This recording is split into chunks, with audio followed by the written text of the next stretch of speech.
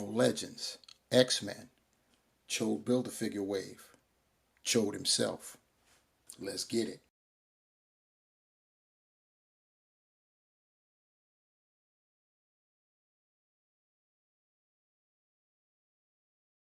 What is good, my peeps?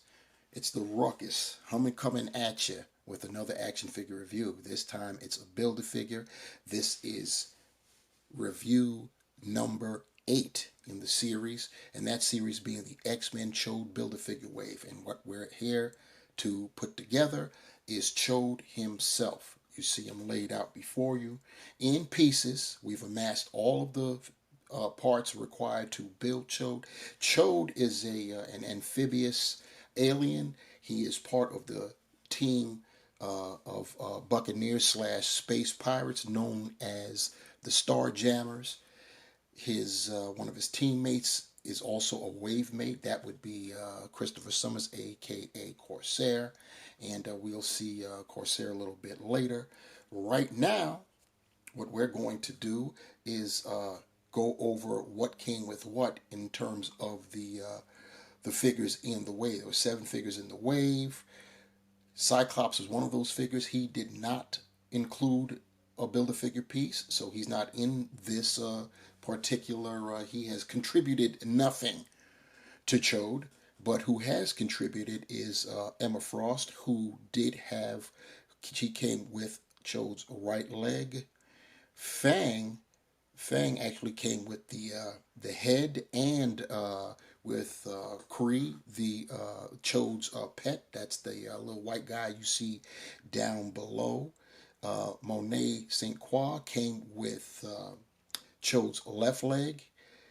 Corsair came with Chode's right arm. Kid Omega came with the torso, and Chamber came with the left arm. So that's how it goes down.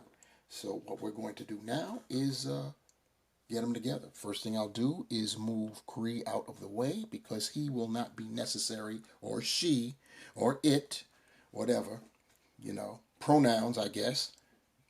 We'll have to go with that. And then what I'll do is also move the head sculpt out of the way and pick up the torso, which is where everything begins. We'll start with the legs. I'll start with that left leg and see how easy it is to get that in there. Not bad. We'll do the right leg now. And see what that's going on. Not bad. So this is what we have so far. I'll stand him up right there for a second as I zoomed out so we can get all of them in. Next, we'll get that left arm and port that in. Pretty easy. Then we do the other side here. This one wants to be a little problematic, or was I misaiming? No, there we go. He snapped into place. So there you have it right there. His belt is a separate piece, so you'll have to try to correct that. Then, of course, there is Chode's head sculpt. You see, we're on a ball hinge. See how easy this is. Of course, the ball joint wants to be problematic, but no, there we go. It's in there. Get his arms down, as we normally do. And get him up a little bit. And there we have it. And now we've got Chode on our rotating base, so you can see him 360 degrees, get him front and back, so you can check him out. Anybody who's been a Marvel collector, a Marvel Legends collector fan for a minute or two, you already know what this base body is. It's basically the Abomination just retooled. And even more so, it's the Rhino, if you want to get real with it, retooled, which was originally retooled to be the Abomination, and now it's retooled to represent Chode. Now, there's a few problems here. One, first and foremost, Chode is taller than the Abomination. Chode is taller than the Hulk. Chode is 9 feet tall. So this is undersized. It's large for a Build-A-Figure. You know, it's average actually for a Build-A-Figure. It should be bigger. Chode is 9 feet tall, and it should be represented that way, to be that large, but he is not. Other things that are wrong are his feet, his hands, because he does not rock with 4 digits and an opposable thumb. He rocks with 3. So Hasbro cheaped out on that.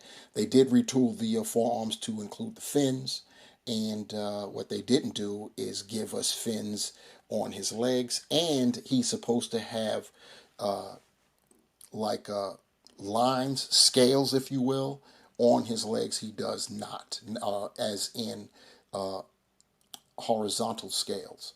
He does not. So, yeah, there's quite a bit going on here that isn't correct. But I digress. Let's take a closer look. So, looking up close and personal to Chode's head sculpt, it's molded in green. I would say the same color green as the rest of them, but it is a little bit lighter. I don't know if you can really tell. You can see at the top of the forehead. So it's kind of like a lime green. The entire sculpt is molded in like a kind of lime green. In terms of the head sculpt, you see Chode is rocking the red eyes. He's got the teeth. Oh, and I may as well show it now, even though it's part of the articulation. His jaw is articulated, so that's pretty cool. Gotta love that. So you do have that, and well, that will almost do it for the paint on this guy. The reason I say almost is because there's some slight differentiation in color on the fins. They start off light and then they get a little bit darker as they get closer to the arms themselves. So there is that. And then turning him to the rear, you have this is also part of the retooling. The scoots down his back, his spines, you see they're a lighter color as well. I'll turn them a little bit profile so you could get a better view of it. You could see right there.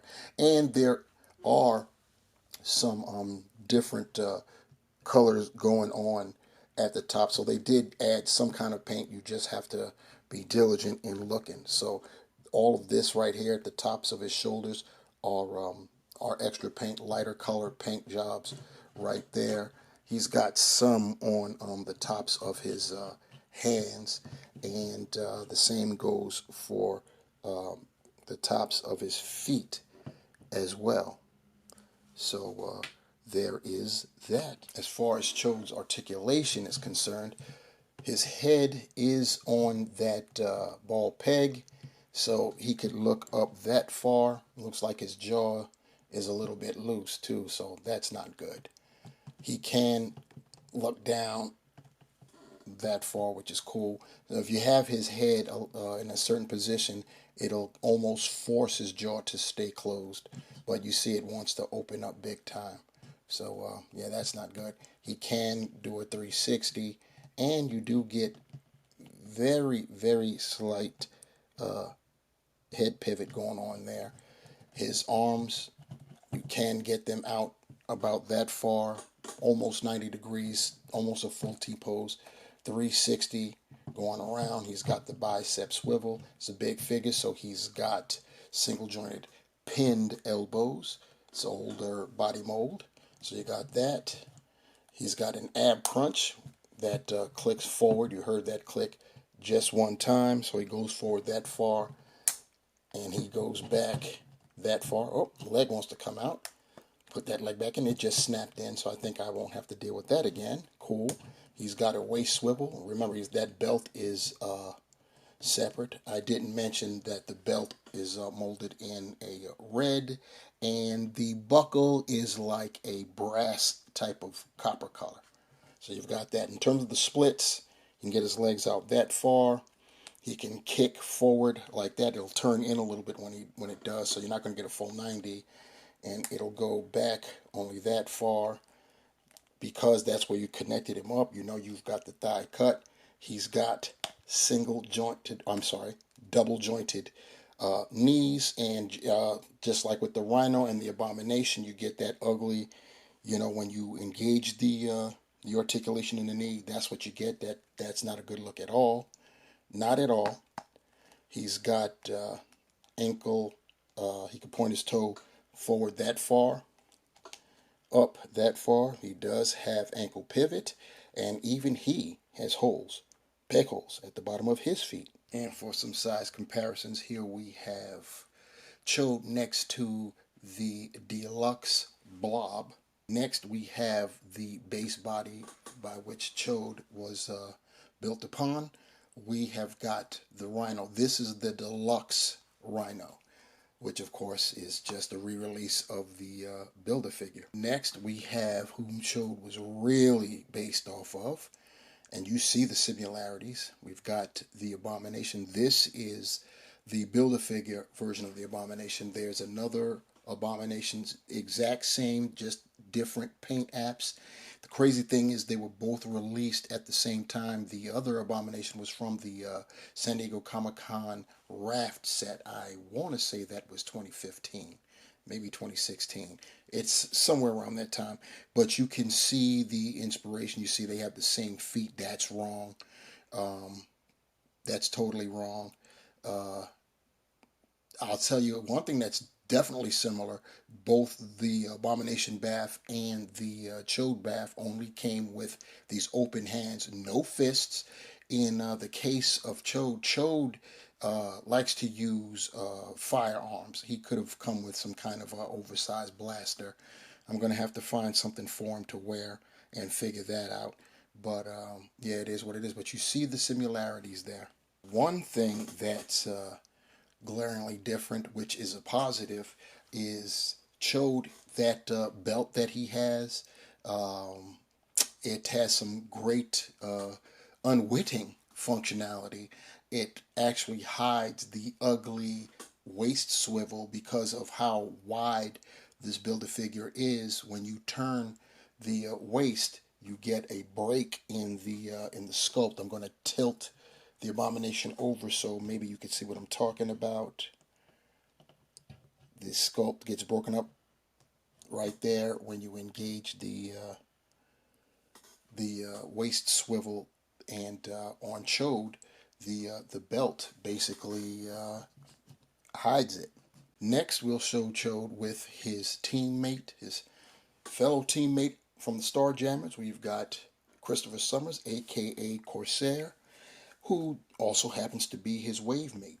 And now we just move in the entire wave, and pretty solid wave. X-Men, Chode Build-A-Figure wave. We got figures 1 through 7, and yeah, pretty decent. We got some new characters.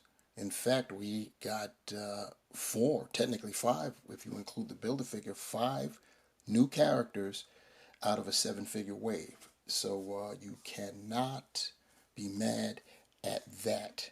That's for sure. We got, starting at our left, we've got Chamber.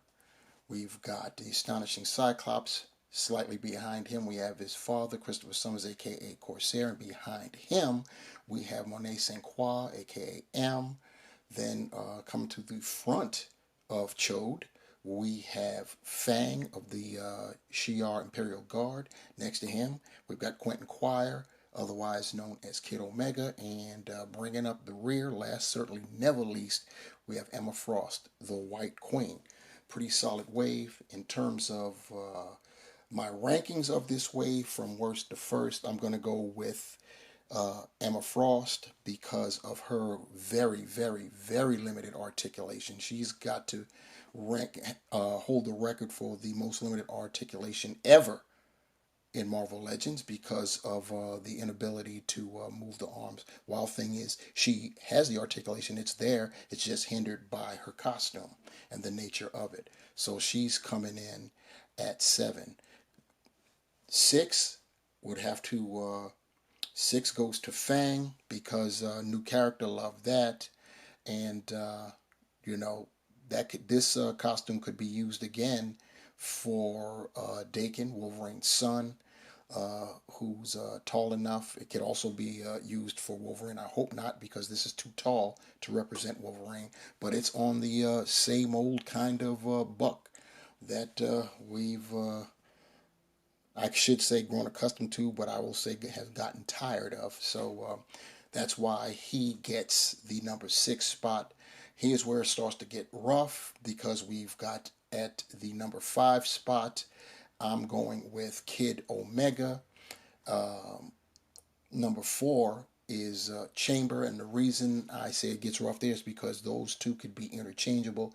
The reason why I've got Chamber above Kid Omega is solely on that head sculpt of Chamber.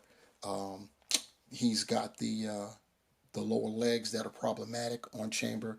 But his head sculpt saves the day. Demerits were taken away from Kid Omega because he comes with gripping hands, but they don't have any trigger finger hands to hold his psionic weapon. So those are demerits there. Coming up into the top 3, we have got Monet St. Croix, aka M. Good figure, but someone has to ride the number 3 spot, and that's because number 2 is going to go to Christopher Summers, aka Corsair. He's on the Vulcan body mold, new character, looks great, love him. But I gotta give number 1 props to the astonishing Cyclops. It's been a retooled body. The body is great. The gold paint apps on that body is absolutely spectacular. The one con is the misting red ruby red for his visor. It's always there, so it should have come with another head sculpt, but it is what it is. We got what we got. And then, of course, we've got Chode, the Build-A-Figure, which I'm not going to count because it's the Build-A-Figure. You know what I'm saying? And but all in all, this is a good wave. That's what does it. You like having great waves. As I stated before, this wave has got 5 new characters out of the 7. You have got to love that. And that is indeed how it's done.